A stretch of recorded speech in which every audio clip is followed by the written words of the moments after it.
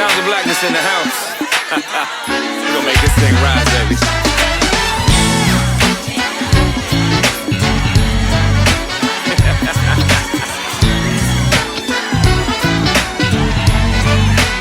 You look so much better when you rise, yeah.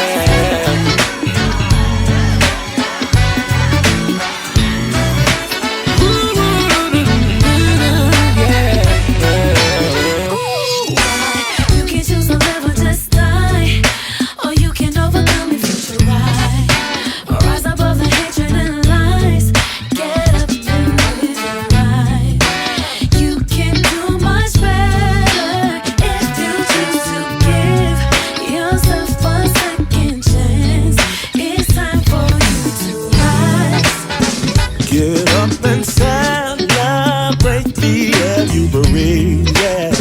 God gave you all the things you gonna need. So start believing it's a brand new day. Get on your feet, there's gotta be a better way. Rise, Gotta keep moving on. keep moving on. Here a little too long. Little too long. There's no need to die. No need, no need, no. Rise, it's your time to lead. You got everything you need. It's the way to live your life.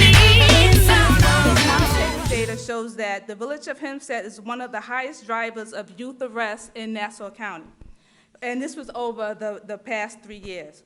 Now, data also indicates that the village of Hempstead has also the greatest numbers of detainments in the detention center, with youth returning 1 to 3 times within the same year. And this is for Black and Hispanic youth. And this data comes from the JDC. So our Nassau County capstone statement for juvenile justice reform. What is the goal? So the goal is that youth involved in the juvenile justice system who are similarly situated will have similarly situated outcomes. All youth will have the opportunities to develop healthy, productive adults, regardless of their socioeconomic status. Now, who is the target? Okay, the target is all youth in Nassau County who will be treated fairly, whether they are alleged delinquents, petitioned to the court, or provided opportunities for adjustment services. Now, who is the partners that we need to move the needle? Who is the partners that we need? All right, we need the Hempstead School District, we need the police department, we need community-based agencies, we need churches, we need government entities, including probation, the county executive office, OCFS, we need Nassau County legislators, we need the local colleges, we need the Office of Court Administration, we need the Nassau County District Attorney's Office. You know what I'm saying? We need you. We need everybody in this room right here to be a partner. Okay, there is a African proverb that says it takes a village to raise a child. So you know what we're doing right now? We are inviting each and every one of you to become a part of this village to raise these children, to become productive people in our society. So this is one of the things that we're pledging and asking for your support today. Okay, so some of our goals and objectives, so our capstone goals and objectives are, so basically what we want to do is we want to use the racial and ethnic data collected to analyze and inform all phases of programs, policies, and decision-makings. We need accurate data collection is essential because we know numbers drive results. We need to be able to show, exactly, what's going on. Okay, some entities fail to separate or distinct race and ethnicity categories when identifying youth, which leads to inaccurate and incomplete data, specifically with Hispanic youth. So we want to use this data to impact assessment tools to target investments that will yield the greatest benefits for all children of color. Okay, we will partner with culturally focused programs and utilize practices focused on improving outcomes for all youth of color. We will have regular data collection and analysis. It is important to collect data from each of the key decision points in the juvenile justice process in order to learn at which points the disparities are occurring. So if we don't recognize when it's happening, how are we going to do anything about it? So we need to look at, where these disparities are coming and where they're most significant and address them. So this information will be used to design strategies to address these inequities. So we will work closely with families through culturally competent, engaged community forums. Families will also be able to actively participate in the referral process to match their specific needs and identify their barriers. So they need to be able to also communicate to us and others, like what's going on in their life, instead of everybody just coming and telling them this is what you need, because they're more than capable of addressing, what's going on in their lives. Because all, what may be a barrier for somebody else in another community might be different for people from communities of color. So we definitely need to hear from the people that we're serving. So family and system satisfaction surveys will be developed to distribute quarterly. So we also want to know how we're doing. Is what, we're doing working? So we want to be able to definitely assess the data. So we will work closely with the Hempstead Union Free School District, because statistics show that students who have IEPs and or have attendance issues or suspended and drop out, they end up crossing over to the juvenile justice system. So this is a proven fact that we already know, and this is already something that we have to address.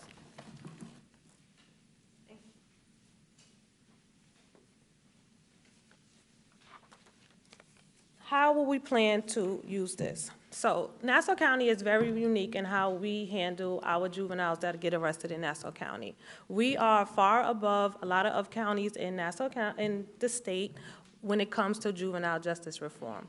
We have a fantastic unit, which is called the Nassau County Probation Intake Unit, and we have what we call an adjustment phase. A lot of other counties do not. When a youth is arrested in Nassau County, they have an opportunity of receiving what we call an FCAT, which is a family court appearance ticket. And these are for crimes, misdemeanor crimes. So we give kids an opportunity not to be detained or go in front of a judge. They work with our probation officers in the intake unit. Our officers are also on call every night until midnight if a kid happens to come into detention.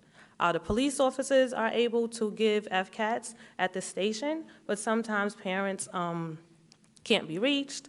Sometimes parents have it up to here, and they often say, we're not coming. So for whatever reason, some kids end up at the detention center, but they don't have to stay there.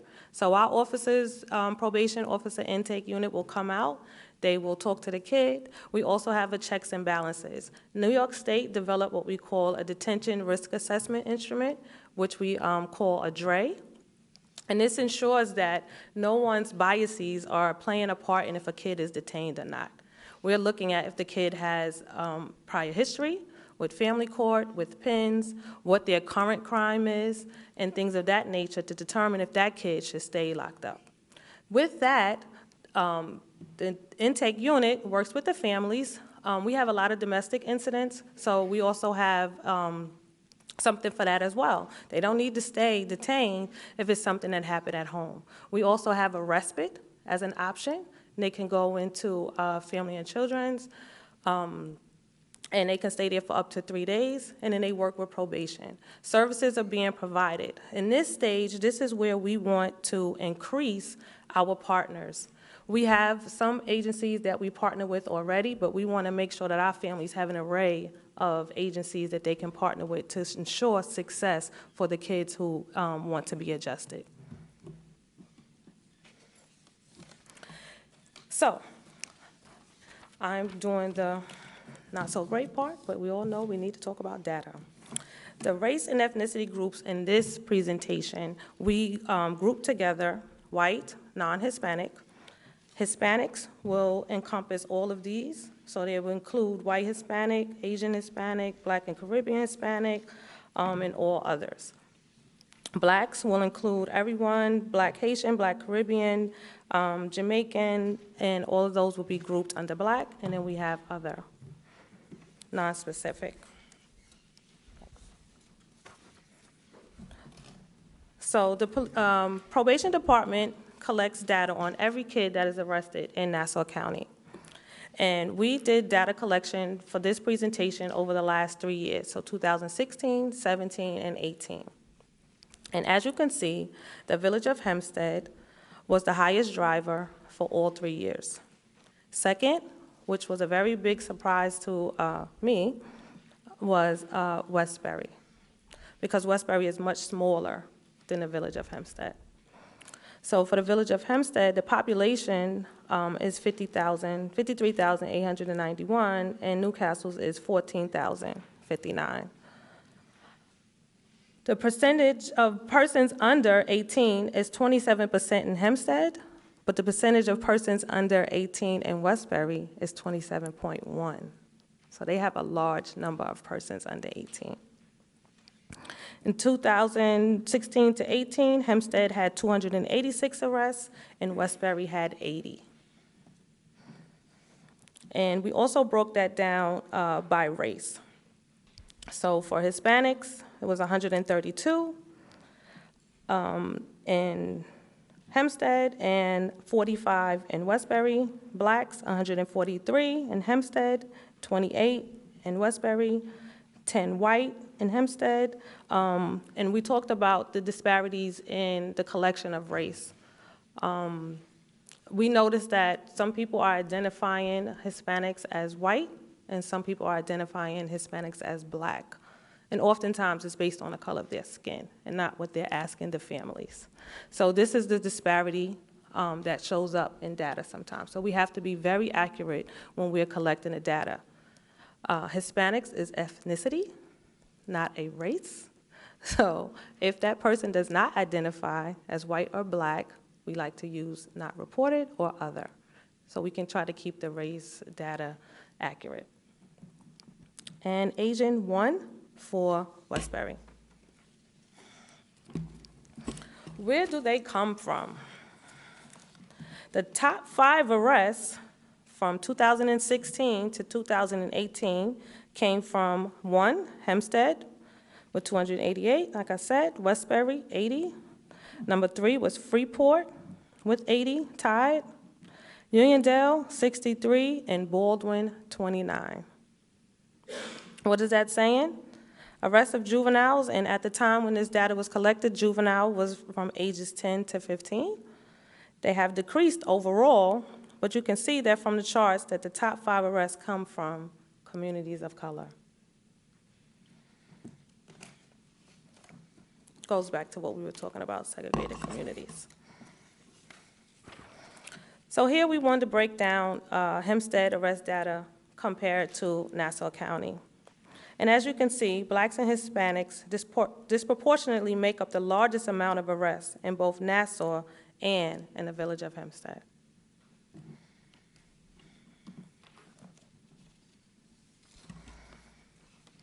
This next slide, and I'm so sad that it's bright in here so you can't really see it, but the next slide, we wanted to kind of talk about some of the myths versus facts. We're talking about the top 20 arrest charges in the village of Hempstead. When most people think of the village of Hempstead, you think of more of a violent crime. You think of shootings, you think of gang violence. We wanted to kind of break some of those myths and let you know that the top 20 arrest charges in the village of Hempstead, the top one was assault. But if we broke it down by the charges, and we also broke it down by race. So for the assault in the third, the village of Hempstead had 32 blacks and 35 Hispanics, 2 white, 1 other. The next one was a petty larceny, unlawful possession of a weapon for someone under 16, burglary, grand larceny, criminal trespass in the third, criminal possession of a weapon in the second, robbery in the second, robbery in the second, burglary, criminal possession of stolen property, criminal mischief, unauthorized use of a motor vehicle, and criminal possession of stolen property.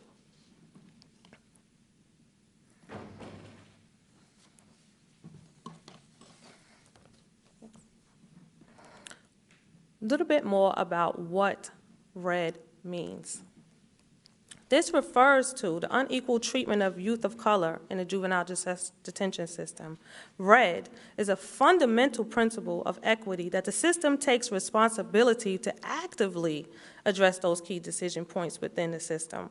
Red results in disparate outcomes for similarly situated youth.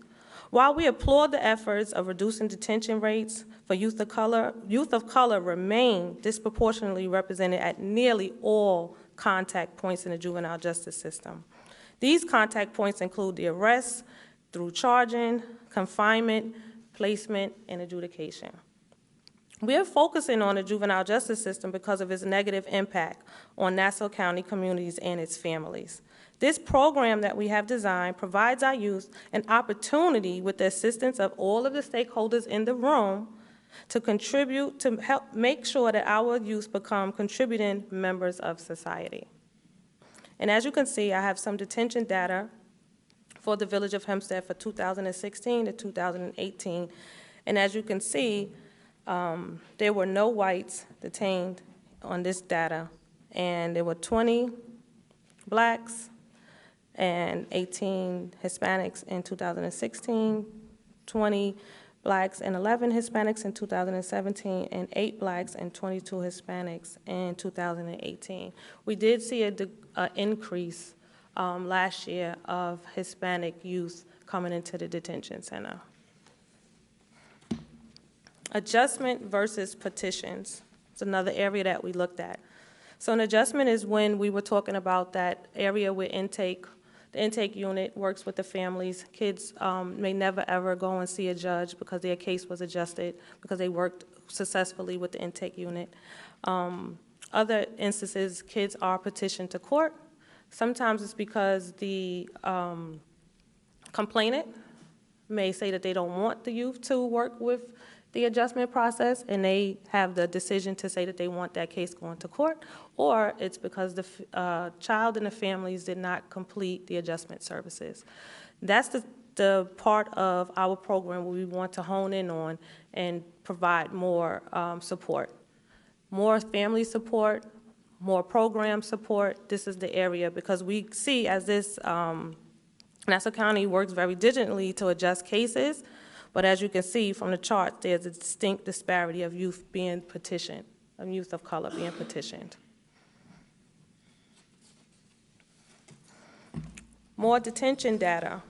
So, for no surprise, if the arrest data, the first 2 communities was Hempstead and Westbury. For the detention data, it was still Hempstead and Westbury. Hempstead detention data over the 3 years was 100, Westbury was 36. Some of these records can indicate duplicated youth. So if a youth were brought back to the detention center more than one time in a year, those numbers can be duplicated, but it's the same kid. Next, we're going to talk about our school districts, and we're going to bring up Shelley Raisley and Dana Boylan. Okay, this slide is enrollment by ethnicity. In the Hempstead School District, 31% of the students, and excuse me, this data is specific to the high school. This is only Hempstead High School, okay? So Hempstead High School, 71% of the students are Latino or Hispanic, 27% are Black, 13% are Asian, and 26% white.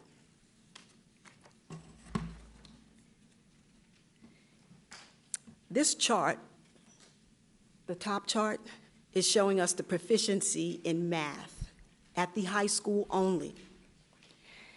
And according to the State Education Department, 70% of the children at the high school are proficient in mathematics. And statewide, 50% of the students are proficient in math. The next chart shows you reading, language arts. 75% of the students in the Hempstead School District that attend Hempstead High School are proficient in reading and language arts. Now, if you look at both of these charts, at 2014, you see this big dip. That dip is when we had an influx in the Hempstead School District with children that did not speak the language. Okay, so now in 2012-13 school year, now by the time you get to the testing at 2014, we see this tremendous drop. But if you look at the years, because this is up to 2016, if you look at the progress, it is, after 2014, progressing every year. This is certainly not apropos to what we see in the media as it relates to the Hempstead School District. Hempstead High School serves 2,493 students, grades 9 to 12. There are 1,343 high schools in the entire state of New York. Hempstead ranks 32 in student population, which means we're in the top 1% of schools that are the largest in the state of New York. Now, if you drop down to the next one,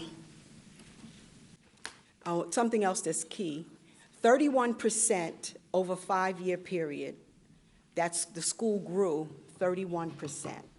Just that one high school, Hempstead High School, 31%. Now, if you look down at the next chart, it shows you the teachers in Hempstead. The teacher population is 93 teachers, which has declined by 15% over this same period of time. So what we're saying in the community of Hempstead, we went from 17-to-1 ratio to 27-to-1 in a matter of 5 years. Based on all that we've seen in the media, Hempstead does not have the resources. We grew 31%, not an extra penny came into that community, but yet the children are still learning according to New York State's data, which is really not what is being reported. I say all this as a proud Hempstead graduate. I say all this to say that Hempstead, according to the data, is worth fighting for. I say this to say to each one of you, we have a responsibility to make sure that the most vulnerable community in Nassau County, that we have a responsibility to pour into our children and their families. If these children without anything can do this well, then we really have to. And there's another chart in here that shows when the graduation rate, which we keep hearing 37%, is up to 57%. We're not hearing that. That is not where we want it to be, but it is still much better than what we constantly hear. But if given the resources, do we understand what a diamond Hempstead could be? If we just did our part, our children would shine. And so we're here today to ask you to talk to your colleagues, talk to whoever controls the money, whoever controls the decisions. It is the responsibility of Nassau, the place where we can all live, work, and raise our children, to level the playing field so that all the children are getting the same thing. And we so much appreciate every one of you being here today, because that tells me that you're ready to help us do that. And that's why we're here. And I probably messed up the presentation because I get a little passionate because we're talking about, I'm a Tiger for life, you know? And we're talking about Hempstead. And so I'm going to move because I probably said too much. But Dana's coming with some real interesting information. I feel a little set up, right? I better be interesting. So thank you. I wanted to kind of talk to you a little bit about how the Office of Youth Services is a proud partner and participant in this initiative, in this capstone project, not merely just to be involved in the capstone project, but in an ongoing way as we move forward. So Ms. Braisley talks about the statistics with respect to Hempstead and some of the great news. And the next slide on the graduation rate supports what she's indicated, that Hempstead's graduation rate has improved to 57%. That is the good news. The bad news is that it is still below the average rate for graduation in New York State, which is an average of 82%. It's important that we talk about that because there is a correlation. The contributing reasons for low graduation rate intersect with the contributing reasons for criminal justice involvement. It intersects with the contributing reasons for high suspension rates. And now comes what Ms. Braisley has indicated is some interesting news. I would say it's actually not just interesting, but somewhat very disappointing. The Civil Rights Data Collection Survey, U.S. Department of Education, the Education Trust, many organizations have established statistical data to support that suspension rates for our Black youth far exceed suspension rates for non-Black. Suspensions affect minority students with disabilities at an even higher rate than their peers. So there's race and disabilities that are contributing to high suspension rates, as well as biases and let's call a spade, prejudice. And so the data we've gathered show that nationally, Black students from K through 12th grade are 3.8 times more likely to receive one or more out-of-school suspension as compared to other students, particularly white students. And those with disabilities are more than twice as likely to be suspended as compared to those without disabilities. One of the issues that we know is that out-of-school suspension, that is a disciplinary action, has academic implications. You're out of school, you're not engaged with learning. It disrupts your learning, it impacts graduation rates. It also correlates to, and has a direct correlation to criminal justice involvement. You're out of school, you're not engaged in a learning environment, a structured environment, you're on the streets. You're maybe in a home that's probably could be not structured as well. What do? You get yourself in trouble. You get arrested. Those nonviolent things that kids sometimes get arrested for, and they end up in the criminal justice system. This is what we commonly know and call the school-to-prison pipeline. People hear that term, you don't really truly understand what it is. You get suspended from school, you are out of school, it breaks your learning, you are then fed into the criminal justice and prison pipeline. And for many kids, we talked about the recidivism rate with respect to juvenile justice, then becomes a vicious cycle of criminal justice involvement. So, we actually decided, the Office of Youth Services this year, after being educated around this issue, gathering the data, that this was something that we needed to look at and be a part of, and be a part of the solution related to that. And I'm proud that we, here in Nassau County for the first time, is really being very intentional about our support and partnership with an entity that we believe are subject matter experts in helping move the needle on the issue of disparities suspensions. One is the State of Black Long Island and the Urban League, and two, Long Island Advocacy Center. And I'll tell you a little bit about the work that's being done, but going back to Hempstead, the suspension rates, and I'm going to actually, we don't have a slide for this for good reason, so I will try to read through this without glasses. Hempstead Black male enrollment for the year 2016 to 2017. A lot of the data you heard today relates to the year 2016 to 2017. And if you put it all together, you will see connection points, right? So 2016 to 2017, Black males were enrolled across the Hempstead School District, not just high school, 1,007. Black females, I got that wrong, 1,087.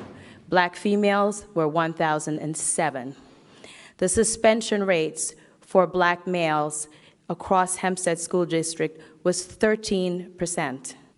Suspension rates was for Black females, 6.4%. Now, those numbers may not sound extreme to you until you hear the suspension rates for some of the other demographics that are in Hempstead. For white males who are enrolled in Hempstead in very low numbers, but it actually is a compelling disparity. There are 89 for the year 2016 to 2017, 89 white male students and 91 white female students. Their suspension rates,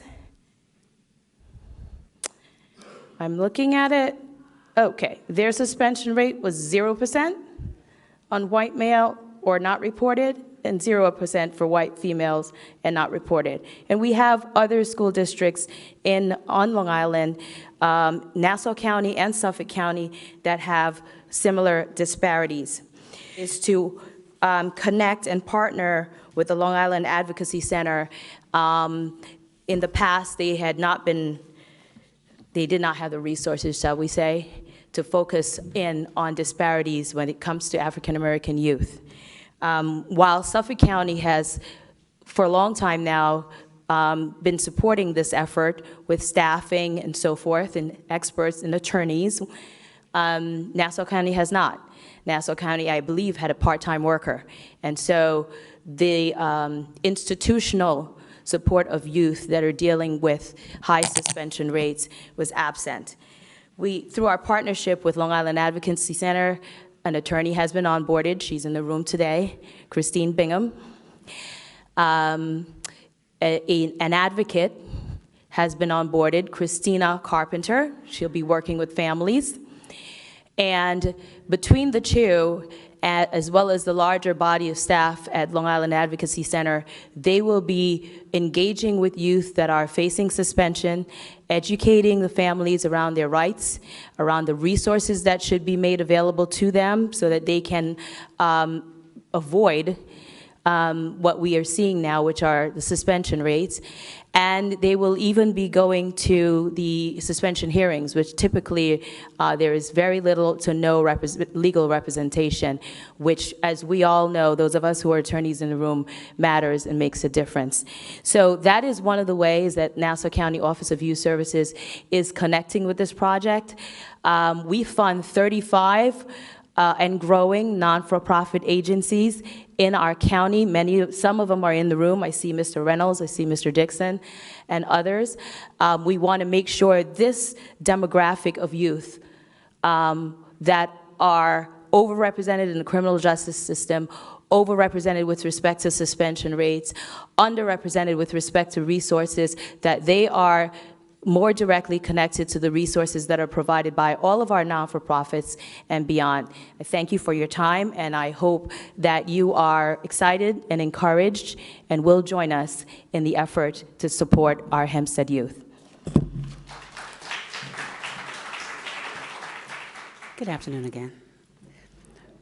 We, the Nassau County team, seek to decrease recidivism rates for Blacks and Hispanic youth in the village of Hempstead during the Nassau County probation intake adjustment process, subsequently reducing the racial and ethnic disparities within the juvenile justice system. To reduce human and fiscal costs and consequences of reported arrest, detention, and placement, we are asking each of you to commit to sitting down with Team Nassau and discussing how you can play a major role in juvenile justice reform within Nassau County through our highest driver, the village of Hempstead, which will include probation, a coordinator to ensure fidelity and oversight, FCA, at least 1 to 2 personnel to service VOH, the Village of Hempstead youth and their family, providing culturally competent programming. The Nassau County government, necessary resources are needed to reduce racial and ethnic disparities. The Hempstead Public Schools, reducing the school-to-prison pipeline by working with available referral resources. Probation, referrals to the Youth Police Initiative and other police structured programs. Everyone in this room and those that you are connected with, we're asking for the MOU to guarantee commitment to reducing racial and ethnic disparities. Everyone should be utilizing government-funded agencies who work with gang-involved youth.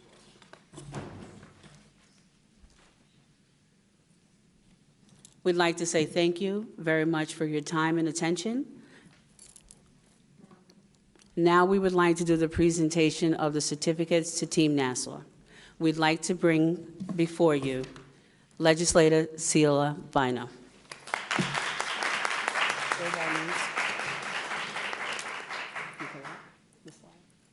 Good afternoon. The moment that most of us have been waiting for. We will be conferring the certificates onto our graduates, but I'd first like to thank our graduates for taking such a deep dive into a much-needed project. This opportunity to analyze data is an opportunity for us to hear the story that the data is telling us and for us to answer their call to action.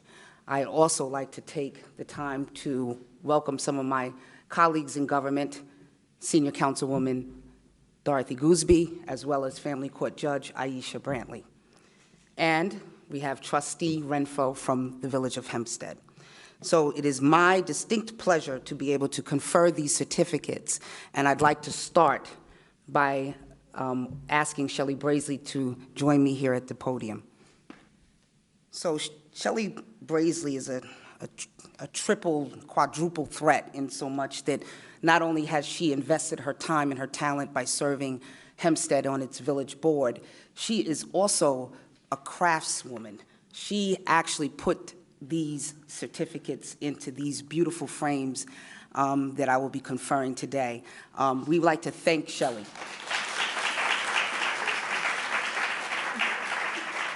We'd like to thank Shelley, and Senior Councilwoman Dorothy Gooseby will join me in providing this and presenting this certificate.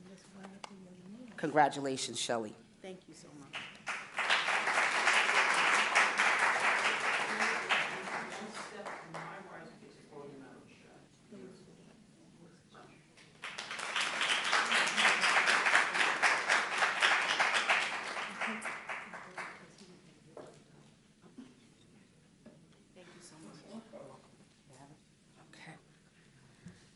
And so we're going to return to the order of the program, and I would like to ask Erica Deans to join me at the podium.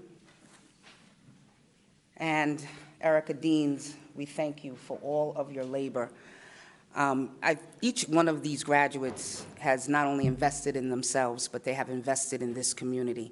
And Erica Deans can be seen all throughout this county, sharing her knowledge and actually spending time to gain knowledge on how she can serve and continue to serve. So for that, we say thank you, Erica.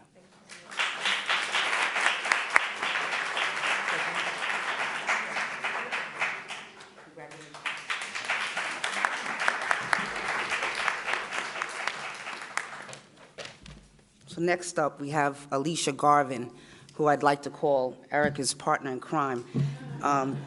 When you see one, you see the other. And Alicia has joined many different organizations, including the Links, who are doing a great job inspiring our youth. And for that, we say thank you very much, Alicia. Congratulations. We're going to move to the left. We're gonna move to the left. Donna Raphael. Donna Raphael, I came to know very early on in my tenure as a legislator, and she can be seen really, she's boots on the ground. And so we thank Donna Raphael for all of her work with Family and Children's Services and the various other hats that she wears.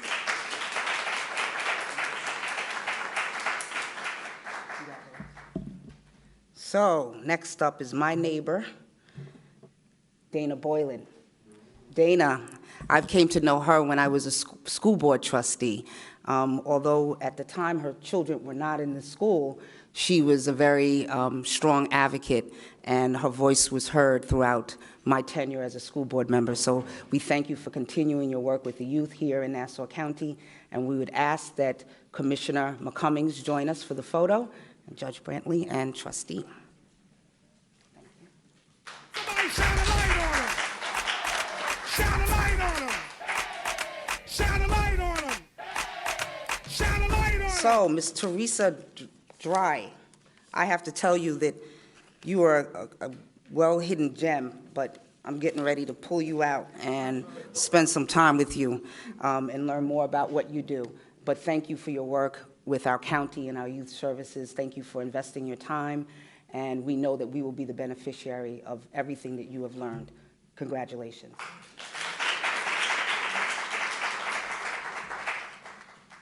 So standing in for Mr. Russell Harris, who will receive his certificate at a later time. He is a detective with the Hempstead Police Department. We have Detective Espina. If you would just stand, we'll recognize you. Thank you. So join me, all of you, in a round of applause for all of our graduates.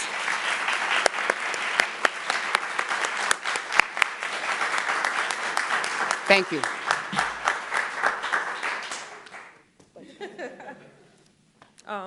she kind of said everything, but as you know, that this work is not over with this presentation.